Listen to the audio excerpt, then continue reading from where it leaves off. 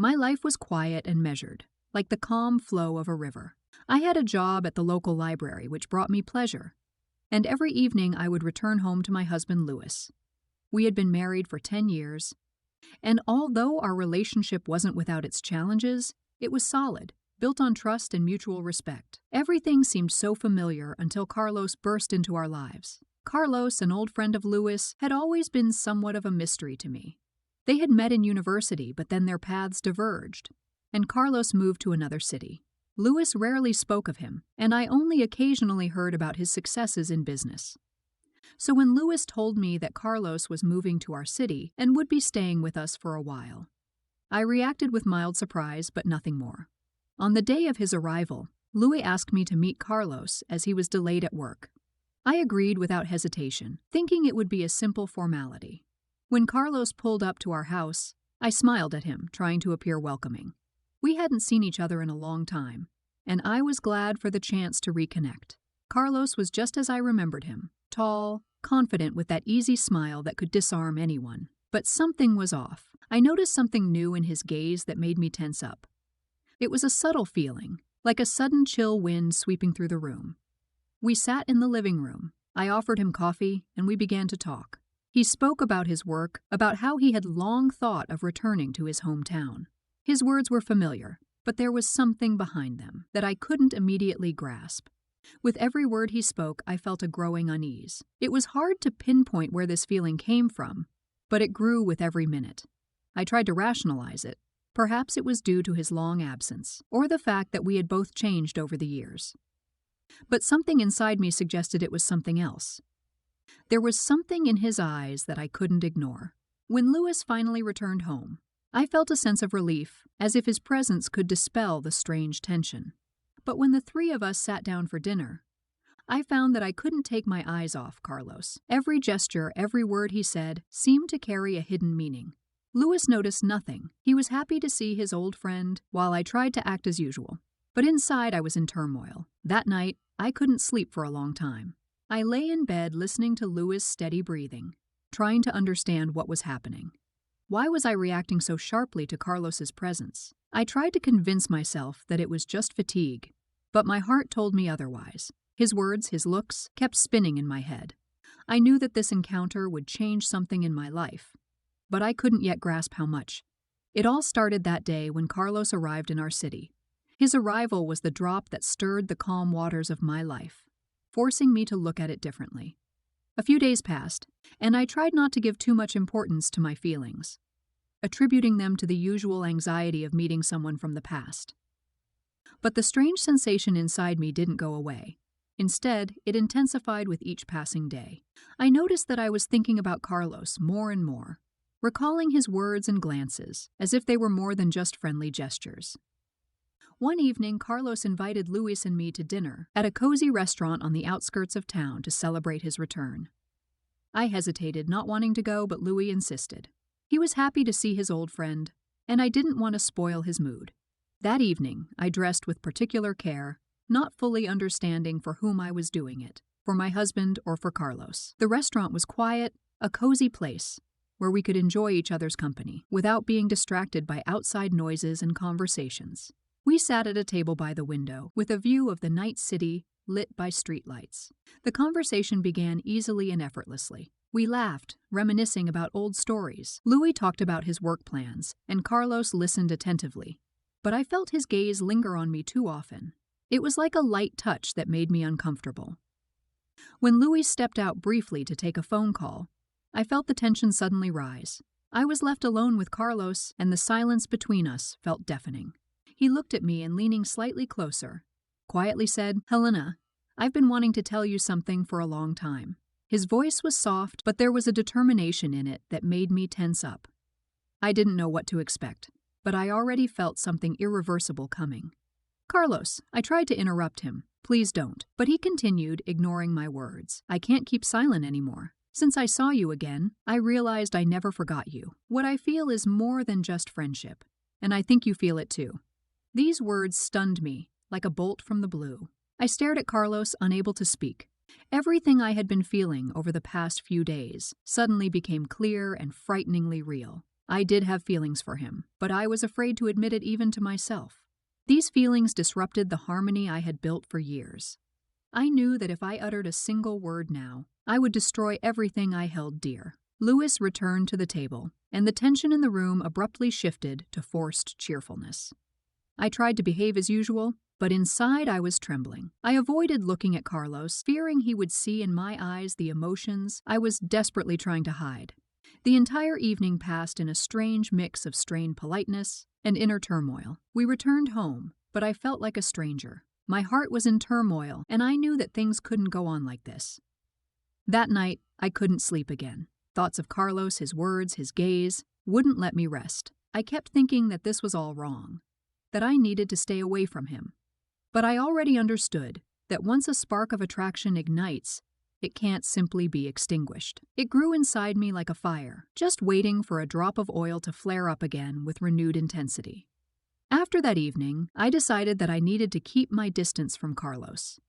I understood that our meetings were becoming too dangerous, that something had developed between us that could ruin my life. I resolved to avoid him, hoping that time would smooth out the sharp edges that had appeared in our relationship. But as often happens, fate had other plans. A few days later, Louis went on another business trip, leaving me alone in the house. This was a regular occurrence, and I had always spent my time alone peacefully, doing household chores and losing myself in books. But this time I felt different. Every moment seemed to stretch endlessly, and I couldn't shake thoughts of Carlos. His confession, his voice, his eyes, all of it haunted me like a shadow. On the third day of my solitude, I heard the doorbell ring. When I opened the door, there was Carlos, standing on the threshold with a calm expression. "Hello, Helena," he said with a slight smile. "I thought you might be bored and decided to stop by." My heart began to race, but I tried to stay composed. Courtesy and common sense told me I shouldn't let him in, but something inside made me step aside, allowing him into the house. "Hello, Carlos." "Of course, come in," I replied, trying to hide the tremor in my voice. We walked into the living room, and he sat down on the couch, glancing around. I offered him coffee, avoiding eye contact. The room was filled with a strange silence, broken only by the sound of the boiling kettle. I could feel the tension between us growing with every passing minute. I brought 2 cups of coffee and sat across from him, hoping that casual conversation might ease the atmosphere. We talked about mundane things, about little details that usually mean nothing, but at that moment seemed important because they distracted us from what was really happening. However, I noticed that my words were becoming more disjointed, and my thoughts were getting tangled. I could feel his presence almost physically, as if he were much closer than he actually was. At some point our conversation faded, and a silence fell between us, tense like a stretched string.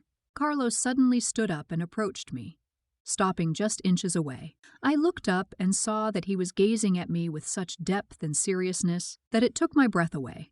"Helena," he whispered, reaching out and gently touching my face. I can't hide this any longer. His touch was soft, almost weightless, but it made all my feelings explode. I wanted to pull away to tell him that this was wrong, but I couldn't. My body betrayed me. I couldn't take a step back. I looked into his eyes and felt the chasm between us disappear, leaving only this tension that I could no longer ignore. Carlos slowly leaned toward me, his face coming closer. I could feel his breath on my skin, and in that moment, the entire world narrowed down to this single instant.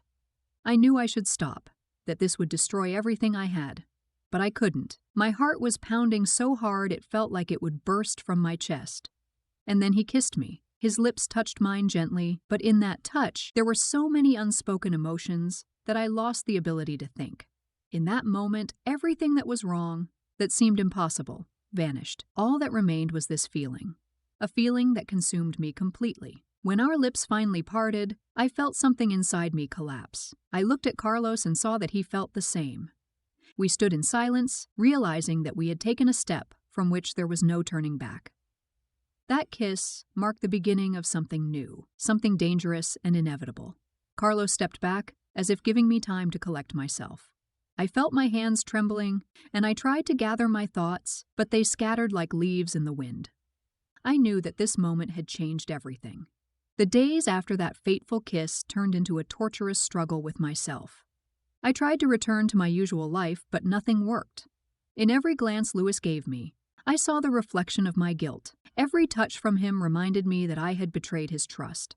But the worst part was realizing that I couldn't stop what had started between Carlos and me. We began meeting in secret. Our encounters were rare and brief, but each one became more desirable and inevitable for me. We met in secluded places, in a park on the outskirts of town, in deserted cafes where no one knew us. Each time I promised myself it would be the last, but as soon as we were alone, all my promises crumbled to dust. One day, Louis unexpectedly announced that he had to go on an extended business trip to a neighboring city. For several days, I would be alone, and although this gave me the chance to reflect on everything that was happening, I felt a growing sense of anxiety. I knew Carlos would want to see me, and I understood that this time it would not just be a meeting, but something more. Something that could destroy everything for good. Carlos called me the morning of Louis's departure. His voice was calm, but I detected a hidden tension in it. He suggested we meet that evening in the park. I hesitated for a long time, but eventually agreed, even though everything inside me screamed that I was making a mistake. I spent the entire day in agonizing contemplation, but when evening came, I still went to the meeting. The park was deserted, the sky was overcast, and there was a sense of impending rain in the air. Carlos was waiting for me on a bench, hidden in the shadow of the trees. I approached him, and he looked up. There was so much warmth and understanding in his gaze that, for a moment, I forgot about everything except the two of us. We sat down together and a silence settled between us. The kind of silence where we both knew that words no longer mattered. "Helena," he said, taking my hand, "I can't hide this any longer. I don't want to pretend anymore." His words struck a deep chord within me. I knew he was right, but I couldn't accept that our feelings would destroy everything I had with Louis. I felt my heart clench with pain, but I couldn't find the strength to change anything. We sat like that for a long time, absorbed in our thoughts and feelings, until the rain began. Carlos suggested we go to my house to take shelter from the storm, and I agreed without thinking about what that might mean. We ran through the park, laughing like two children, unafraid of the rain or the storm. When we arrived at my house, I realized I had made a fatal mistake. Our wet hair and clothes clung to us from the rain, but that didn't matter. I felt a wave of desire washing over me, and I knew I couldn't fight it any longer. We were too close to each other, and a moment later, Carlos kissed me again. But this time it was different. This kiss wasn't just about passion. It was also filled with desperation, with the understanding that we might not have another chance. But at that very moment, I heard the front door open. My heart froze. Louis had come home. I pulled away from Carlos, overwhelmed by fear, and walked towards the hallway where Louis was standing, drenched from the rain and looking confused. Louis, but I didn't have time to finish. His gaze locked onto Carlos, who had stepped out of the living room, and I saw the confusion in Louis's eyes quickly turn to rage. Everything happened in an instant. He walked up to Carlos and without a word struck him. I screamed and rushed to them, trying to stop Louis, but he was beside himself. "You betrayed me," he shouted, looking Carlos straight in the eyes. "You, my friend, and you, my wife." I tried to explain to justify myself, but the words got stuck in my throat. All I could do was stand there and watch as my world crumbled. Louis lunged at Carlos, and they began to fight. I tried to intervene, but was pushed aside. I had no strength left. I was completely crushed by what had happened. Finally, Carlos managed to break free and, without saying a word, ran out of the house. Louis stood there, breathing heavily, his fists still clenched. "Leave," he finally said, not looking at me. "I don't want to see you anymore." I realized it was all over. My heart shattered, but I knew there was nothing I could do to change it. I gathered my things and left the house, leaving behind the life I had spent so long building. The rain kept pouring down, and I walked through the streets, not knowing where I was going. Inside, there was only emptiness and the realization that I had lost everything I once had.